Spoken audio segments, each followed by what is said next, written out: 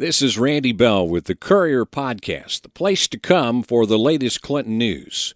After an initial solution was rejected as being too expensive, the city of Clinton believes it's found a cost-effective way to lower the intensity of the lights illuminating the multi-use pathway along Arrow Drive. The 68 bollard lights from Pinehaven Drive to the western edge of the Clinton High School campus were installed earlier this year, but prompted immediate complaints that they were too bright, blinding and confusing motorists who sometimes mistook them for the headlights of oncoming cars when they pulled out onto the street from Arrow Drive neighborhoods.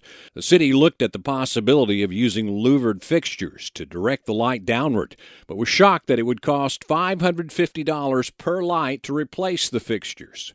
Now the plan is to retrofit the lights with dimming devices costing $36 per light. It's basically like, on your track lights at home or other lights, you may have a dimmer switch. That's consulting city engineer Greg Gearhart. The electrical engineer helped identify a LED-compliant dimmer switch.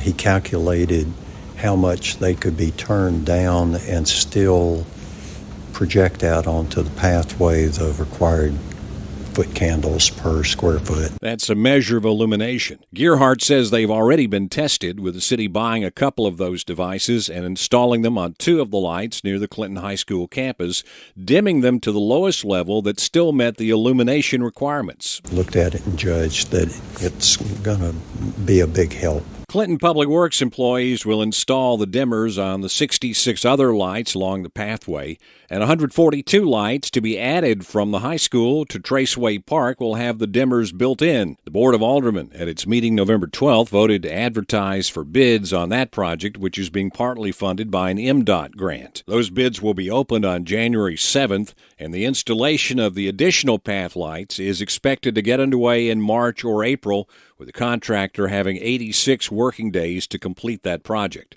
Natchez Trace officials have refused to allow the city to place lights on the parkway's right-of-way where the path crosses under the trace. The 33 lights, which can't be used there, are being moved to the walking trail at Traceway Park along Cynthia Road. There had been concerns that the lights might cause some problems for players on the nearby soccer fields, but Parks and Recreation Director Courtney Nunn told the board that while she's hopeful that dimming the lights will prevent that, she's also looking at the possibility of placing vinyl strips on the soccer field side of the lights to ensure that they don't interfere with play.